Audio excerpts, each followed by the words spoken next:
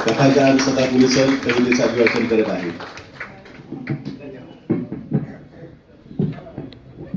Hello.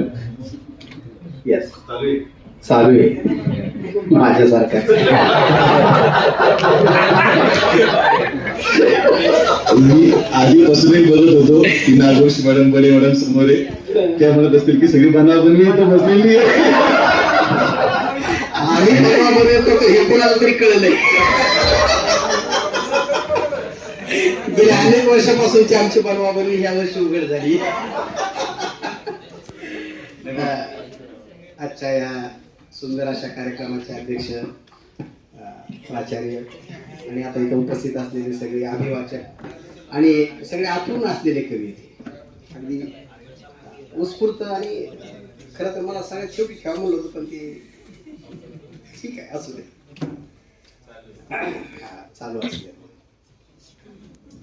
कुसुमाग्रजांच्या 10 ज्या काही सुप्रसिद्ध कविता आहेत त्यांच्या तशा अनेक कविता आहेत, आणि एकमेव असा माणूस आहे की ज्याचा कथा, कविता, कादंबरी, नाटक सगळ्याच क्षेत्रामध्ये चौफेर असं त्यांचं लिखाण आहे.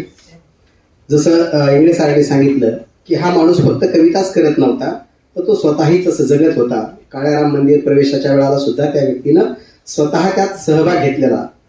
म्हणजेच अनुभवातून काही कविता आलेल्या आणि निरीक्षणातून काही कविता आलेल्या. म्हणजे त्या काळात लिहिलेली कविता आज सुद्धा तंतोतंत लागू होते. आजही आपण पाहतो की हा महिना, पुढचा महिना हा जयंत्यांचा महिना आहे. 19 फेब्रुवारी जगात भारी, 19 फेब्रुवारी नंतर येणार 14 एप्रिल. आणि ह्या ज्या काही जयंती आहेत, ह्या जयंती प्रत्येक जातीनं एक एक महापुरुष वाटून घेतलेला आहे. याची त्यांना असलेली जी काही खंत आहे ती खंत त्यांनी एका कवितेद्वारे व्यक्त केलेली आहे. ती कविता म्हणजे अखेर अखेर कमाई नावाची ती कविता आहे. तुमची कविता घेतली, ठीक आहे. दुसरी घेऊ का? नाही नाही, वाटल्यास मी दुसरी घेतो.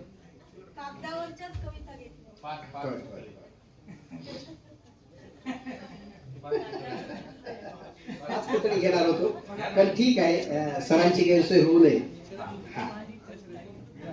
म्हणून मी सागर आहे कविता जी की सरांनी सांगितली होती कोणीतरी घ्या, ती घेतो. जी कविता आम्हाला शाळेत होती लगेच एका मिनिटातच, वेळ न घालवता. निखिल बस कवितेवर डान्स करतो का?